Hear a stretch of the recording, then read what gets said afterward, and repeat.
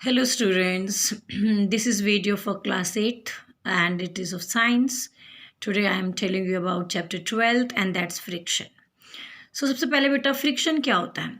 Friction एक resisting force है. Resisting मतलब होता है ये रेसिस्ट कर रहा है, ये रोकता है.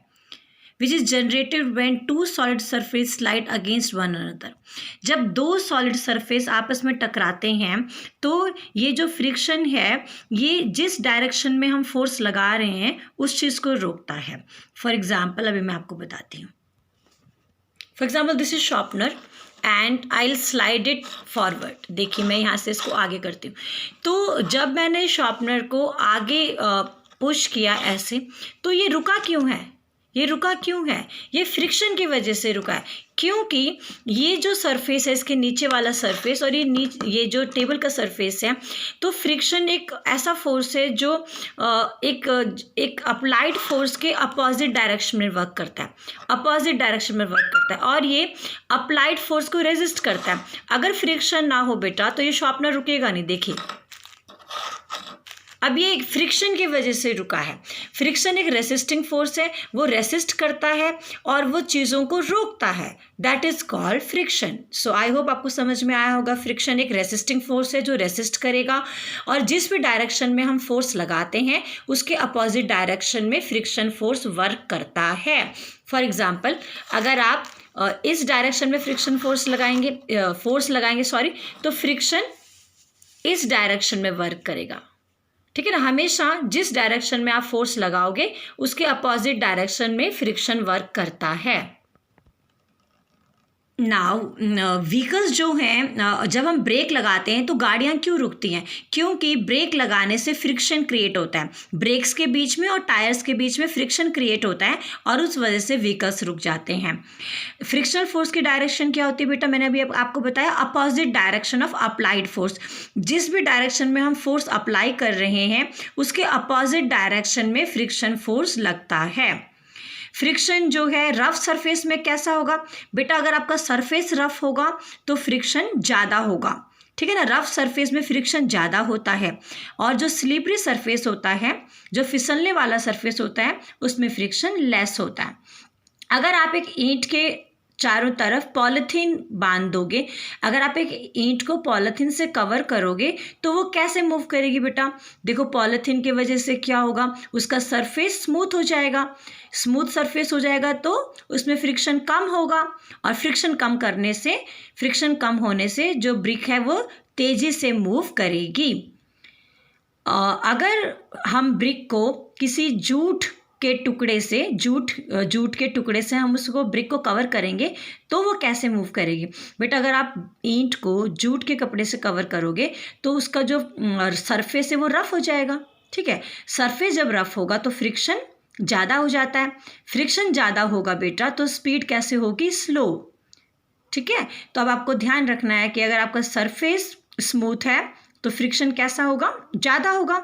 और अगर आपका सरफेस रफ है तो फ्रिक्शन भी रफ होगा और स्मूथ सरफेस में फ्रिक्शन लेस होगा. स्लिपरी सरफेस में भी फ्रिक्शन कम होता है. नाउ अब मान लीजिए हम एक बॉल है उसको आप ग्राउंड में आगे की तरफ फेंकते हो तो वो बॉल थोड़ी देर जाके रुक जाती है. क्यों बेटा? क्योंकि वो एक फ्रिक्शन फोर्स होता है जो उस बॉल को रोक देता है. चलो मैं आपको करके दिखाती हूँ example. Again this is a sharpener और हम इसको आगे को रोल करते हैं तो ये 2-3 बार ऐसे घूमने के बाद ये क्यों रुका है? क्योंकि फ्रिक्शन की वजह से ये जो सरफेस है टेबल की, इसके बीच में और इस शार्पनर के सरफेस के बीच में फ्रिक्शन फोर्स लगा है जो रेसिस्ट कर रहा है इसकी मूवमेंट को. तो इसी प्रकार ये घूमती हुई चीज़ देखो बाद में जाके रुक चुकी है. फ्रिक्शन की वजह से रुक जाता है. इसी प्रकार जो बॉल घूम के आगे जाएगी फ्रिक्शन की वजह से वो भी थोड़ी देर बाद रुक जाएगी. नाउ आपने कई बार देखा होगा कि केले के छिलके पड़े होते हैं और जब हमारा पैर उसके ऊपर आ जाता है तो हम गिर जाते हैं. ऐसा क्यों होता है बेटा? क्योंकि जो बनाना पील होता है, केले का जो छिलका होता है वो स्लिपरी होता है, वो फिसलनदार होता है क्योंकि उसमें जो फ्रिक्शन है वो बहुत कम है. फ्रिक्शन बहुत कम है, इसी वजह से हमारी ग्रिप नहीं बनती और हम फिसल जाते हैं.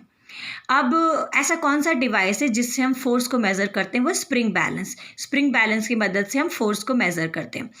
अब बेटा फ्रिक्शन किन बातों पे डिपेंड करता है? तो एक बेटा फ्रिक्शन डिपेंड करता है सबसे पहले सरफेस कैसा है। तो अगर आपका सरफेस रफ है तो फ्रिक्शन कैसा होगा बेटा? फ्रिक्शन भी बहुत ज़्यादा होगा, मोर होगा। अगर आपका सरफेस स्मूथ है, स्लिपरी है, तो फ्रिक्शन आपका लेस होगा। उसके बाद दूसरी बात यह है, फ्रिक्शन डिपेंड करता है how hard the two surfaces are pressed, हम कितना फोर्स उसमें अप्लाई कर रहे हैं। ठीक है, अगर आप ज़्यादा हैवी चीज़ है, फोर्स ज़्यादा उसमें लगाओगे तो क्या होगा बेटा? तो उस पर भी डिपेंड करता है कि कितना टाइटली प्रेस हो रही है दो चीज़ें। ठीक है, अगर आप बहुत टाइटली चीज़ों को प्रेस करोगे तो फ्रिक्शन भी क्या होगा? उसकी स्पीड स्लो हो जाएगी, रेसिस्टिंग फोर्स उसका ज़्यादा हो जाएगा। उसके बाद how does surface effect friction, जो सरफेस है फ्रिक्शन का क्या प्रभाव होता है सरफेस के ऊपर? तो जो मैंने आपको बताया, रफ सरफेस में फ्रिक्शन ज़्यादा है और स्मूथ सरफेस में फ्रिक्शन लेस होता है।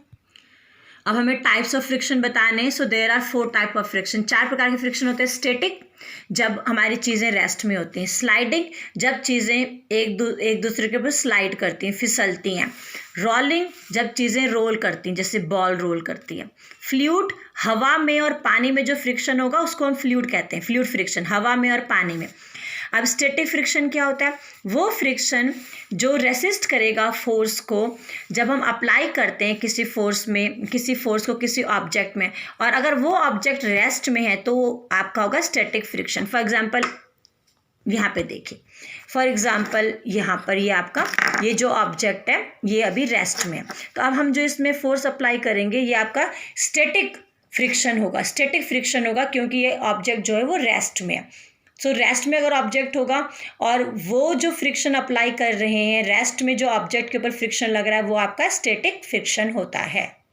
नेक्स्ट इज आपका स्लाइडिंग या काइनेटिक फ्रिक्शन। स्लाइडिंग फ्रिक्शन कहो या काइनेटिक फ्रिक्शन कहो, वो फ्रिक्शन जो रेसिस्ट करेगा sliding motion of two objects.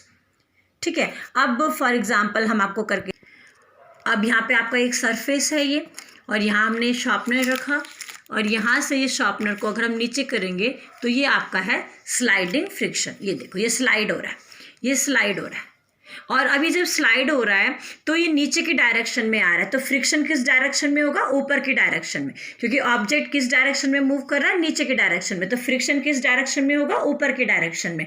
तो स्लाइडिंग होता है जब एक चीज़ का सरफेस दूसरी चीज़ के सरफेस के ऊपर फिसल कर गिर रही होती है या चढ़ रही होती है, तो हम उसको स्लाइडिंग फ्रिक्शन कहते हैं। नेक्स्ट है बेटा आपका रोलिंग फ्रिक्शन। रोलिंग फ्रिक्शन वो फ्रिक्शन होता है जो रेसिस्ट करता है मोशन को, उन ऑब्जेक्ट्स के मोशन को जो रोल करते हैं सरफेस में, जो चीज़ें रोल करके घूमती हैं, उनके मोशन को जो रेसिस्ट करेगा उसको आप कहेंगे रोलिंग फ्रिक्शन। ये भी मैं आपको करके दिखाती हूँ अभी। Now this is a pen, और देखो ये ऐसे रोल करेगा, so this is your rolling friction. देखो रोल ऐसे। सो रोलिंग फ्रिक्शन वो होता है जो चीज़ें रोल करती हैं, उन रोल करने वाली चीज़ों को जो रेसिस्ट कर रहा है उसको आप कहते हैं रोलिंग फ्रिक्शन। लास्ट है आपका फ्लूइड फ्रिक्शन। फ्लूइड फ्रिक्शन बेटा वो फ्रिक्शन है जो फ्लूइड में, पानी में या गैसेस में होता है, और ये जो चीज़ें हवा में मूव कर रही हैं, जो चीज़ें पानी में मूव कर रही हैं, उनको जो रेसिस्ट करेगा वो आपका फ्लूइड फ्रिक्शन होता है। विच फ्रिक्शन इज स्मॉल, स्लाइडिंग और स्टेटिंग? कौन सा फ्रिक्शन कम होता है, स्लाइडिंग या static? Sliding friction is smaller than static, that is why it is easy to move a box already in motion. अब जो स्लाइडिंग फ्रिक्शन होता है ये कम होता है, स्टेटिंग फ्रिक्शन ज़्यादा होता है। तो अगर कोई बॉक्स ऑलरेडी मोशन में होता है तो उसको मूव करना आसान है। अगर वही बॉक्स रेस्ट की कंडीशन में है और अगर आप उसको मूव करोगे तो आपको ज़्यादा फोर्स अप्लाई करना पड़ेगा। उसका रीज़न क्या है कि स्लाइडिंग फ्रिक्शन स्टेटिक फ्रिक्शन से कम होता है। हम फ्रिक्शन को कैसे इंक्रीज करेंगे बेटा? आप सरफेस को रफ कर दो। अगर आप सरफेस को रफ करेंगे तो फ्रिक्शन इंक्रीज हो जाएगा, और अगर आपको फ्रिक्शन डिक्रीज करना है तो आप लुब्रिकेंट यूज़ करते हैं, ऑयल यूज़ करते हैं और सरफेस को स्मूथ बनाते हैं, और फिर फ्रिक्शन घट जाता है। अब देखिए, जो कबड्डी प्लेयर्स होते हैं ये हाथ में मिट्टी क्यों मलते हैं? सो बेटा, मिट्टी मलने से क्या होता है, इनका जो हाथ में जो फ्रिक्शन है वो बेटर हो जाता है, ठीक है ना, इनका फ्रिक्शन इंक्रीज हो जाता है और इनका जो ग्रिप है वो बहुत अच्छी होती है, तो ये अपने अपोनेंट्स को अच्छे ढंग से पकड़ सकते हैं। To increase friction for better grip of opponents. So हम जब कैरम खेलते हैं तो कैरम बोर्ड में हम पाउडर क्यों डालते हैं? ठीक है, क्योंकि हम उसका जो फ्रिक्शन है उसको रिड्यूस कर रहे हैं, हम कैरम बोर्ड के सरफेस को स्मूथ बना रहे हैं, चिकना बना रहे हैं, ताकि हम आसानी से खेल पाएँ, हम उसके फ्रिक्शन को कम कर रहे हैं, इसीलिए हम उसमें पाउडर डालते हैं। कुछ एग्जांपल्स देना है जिसमें पता चलेगा कि फ्रिक्शन के टाइम हीट भी जनरेट होती है। बेटा, आप हाथ को आपस में रब करो, हाथ हम रब करते तो हीट जनरेट होती है। आप मैच स्टिक जब जलाते हैं तो वहाँ पर भी जब आप मैच स्टिक जलाते हैं, सरफेस में इसको रगड़ते हैं तो वहाँ पर भी हीट जनरेट होती है। और जो मशीन्स वर्क करती हैं, कभी आप इंजन को छू के देखना, तो वो भी गर्म होती हैं। क्या कभी भी फ्रिक्शन ज़ीरो हो सकता है? नहीं, फ्रिक्शन कभी भी ज़ीरो नहीं हो सकता।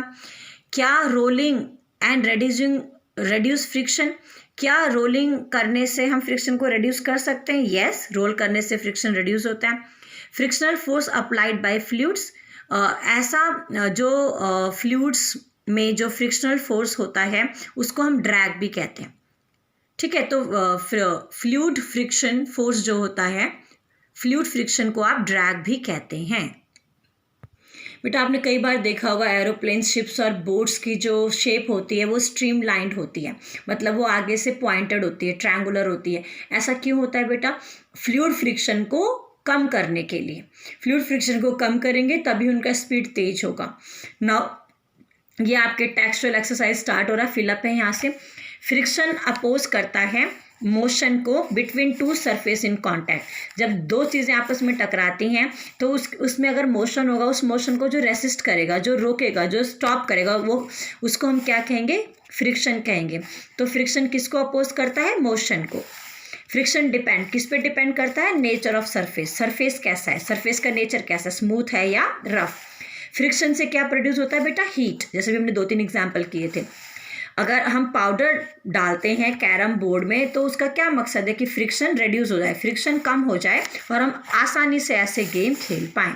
स्लाइडिंग फ्रिक्शन जो होता है ये स्टैटिक फ्रिक्शन से लेस होता है, ठीक है ना। स्लाइडिंग फ्रिक्शन जो है स्टैटिक फ्रिक्शन से लेस होता है।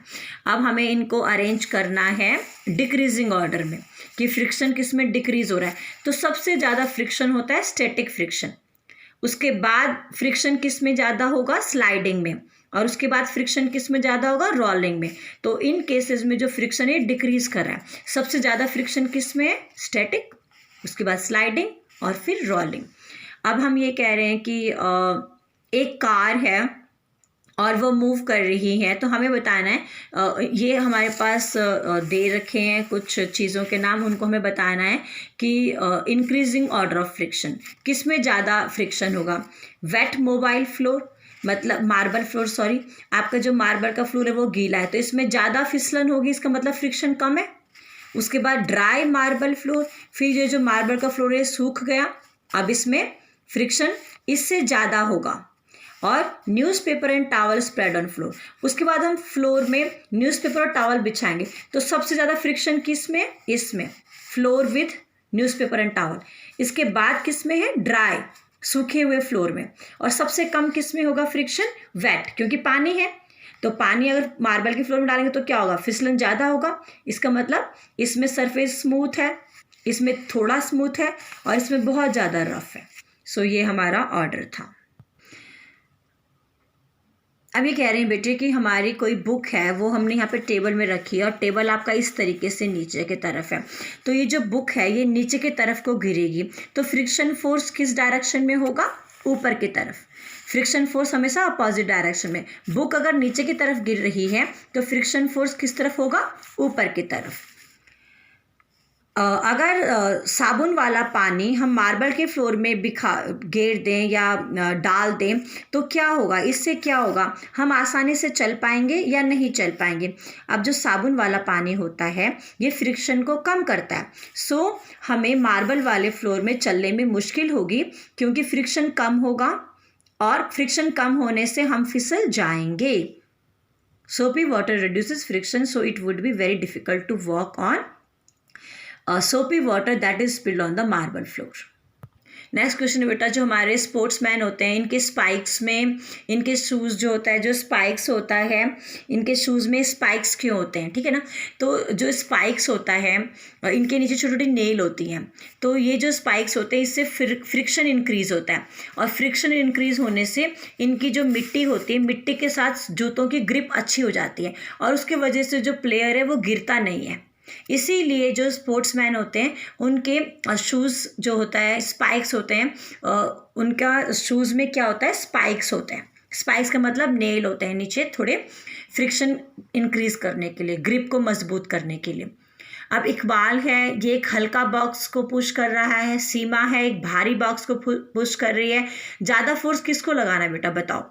अब सीमा जो है वो एक ऐसे, वो तो अप्लाई कर रही है लेकिन जो उसका बॉक्स है उसका वेट कम है, ठीक है, और इकबाल जो है, इकबाल के बॉक्स का वेट कम है, सीमा के बॉक्स का वेट ज़्यादा है, तो फोर्स ज़्यादा कौन लगाएगा, सीमा। देखो Seema has to apply more force because her box is heavier. Seema का बॉक्स भारी है इसीलिए सीमा को ज़्यादा फोर्स लगाना पड़ेगा, क्योंकि ज़्यादा वेट होगा तो फ्रिक्शन भी ज़्यादा होगा, इसीलिए हमें फोर्स ज़्यादा लगाना पड़ेगा। Why sliding friction is less than static friction. अब ये कह रहे हैं कि जो स्लाइडिंग फ्रिक्शन है वो स्टैटिक फ्रिक्शन से कम क्यों होता है। बेटा जो स्लाइडिंग फ्रिक्शन होता है, देखो उसमें क्या होता है, when an object is sliding on floor it does not get enough time to lock its contact point with contact point of floor, so sliding friction is less than static friction. अब बेटा static friction में क्या होता है कि जो चीज़ होती है वो सरफेस के ऊपर रेस्ट की पोजीशन में होती है, तो जब वो रेस्ट की पोजीशन में होती है तो उसके जितने भी पॉइंट्स होते हैं, उसके कॉन्टैक्ट पॉइंट्स होते हैं, वो नीचे सरफेस के कॉन्टैक्ट पॉइंट से अच्छे ढंग से लॉक हो जाते हैं। लेकिन जो चीज़ सरफेस के ऊपर चल रही होती है उसको इतना समय नहीं मिलता कि वो सरफेस के ऊपर उसके कॉन्टैक्ट पॉइंट्स प्रॉपरली लॉक हो जाए, इसीलिए जो स्लाइडिंग फ्रिक्शन होता है ये स्टैटिक फ्रिक्शन से लेस होता है। अब देखो ये हमारी चीज़ है, अब ये ऐसे स्लाइड कर रही है, ऐसे स्लाइड कर रही, तो इसको समय नहीं मिलेगा सरफेस जो है नीचे वाला सरफेस है उससे इसके पॉइंट्स को इससे लॉक करने के लिए। तो हमेशा जो स्लाइडिंग फ्रिक्शन होता है वो स्टैटिक फ्रिक्शन से हमेशा वो लेस होता है। So now give examples of friction as friend and foe. अब बेटा जो फ्रिक्शन है ये हमारा दोस्त भी है और ये हमारा दुश्मन भी है। अब देखो फ्रिक्शन की वजह से हम रोड पे चलते हैं, फ्रिक्शन की वजह से हम चीज़ों को पकड़ पाते हैं, फ्रिक्शन की वजह से हम लिख पाते हैं। तो लेकिन ये जो फ्रिक्शन है ये एक हमारा शत्रु भी है, क्योंकि फ्रिक्शन की वजह से ही चीज़ें बर्बाद होती हैं, चीज़ें आपस में रगड़ती हैं और वो ख़राब हो जाती हैं। अब जैसे हम चलते रहते हैं, आप अपने शूज़ को देखो, शूज़ के नीचे जो सोल होता है वो बिल्कुल फ्रिक्शन की वजह से ही वो ख़राब हो जाता है। टायर्स देखो घिस जाते हैं, और जो मशीन्स हैं, मशीन के पार्ट भी फ्रिक्शन की वजह से ही घिस जाते हैं। तो ये जो जूतों का घिसना है, चीज़ों का घिसना है, टायर्स का घिसना है, मशीन के पार्ट्स का घिसना है, ये फ्रिक्शन का डिसएडवांटेज है। वाई अब जो ऑब्जेक्ट्स जो हैं जो फ्लूइड में मूव करते हैं उनका स्पेशल शेप क्यों है, ये मैंने आपको पहले भी बताया है। Objects moving fluid have to overcome friction, so their shape is streamline to reduce friction and avoid energy loss. अब ये जितने भी चीज़ें अब आसमान में जो उड़ती हैं चीज़ें या पानी में जो चीज़ें तैरती हैं उनका शेप देखो ऐसे स्ट्रीम्ड लाइन होता है, ऐसे स्ट्रीम्ड लाइन होता है, ठीक है। अब ये जो शेप है ये इसलिए होता है, इसके वजह से जो पानी में फ्लूइड फ्रिक्शन है, फ्लूइड फ्रिक्शन को ये कम कर देता है। सो फ्लूइड फ्रिक्शन को ओवरकम करने के लिए पानी में जो फ्रिक्शन है, हवा में जो फ्रिक्शन है जिसे हम फ्लूइड फ्रिक्शन कहते हैं, फ्लूइड फ्रिक्शन को ओवरकम करने के लिए और एनर्जी ज़्यादा बर्बाद ना हो, तो जो चीज़ें हवा में उड़ती हैं या पानी में तैरती हैं उनका जो शेप है वो स्ट्रीम लाइंड होता है। सो आई होप आपको जो ये मैंने नोट्स दिए हैं और जो टेक्सचुअल क्वेश्चन आंसर किया है आप लोगों को समझ में आया होगा। Thank you students.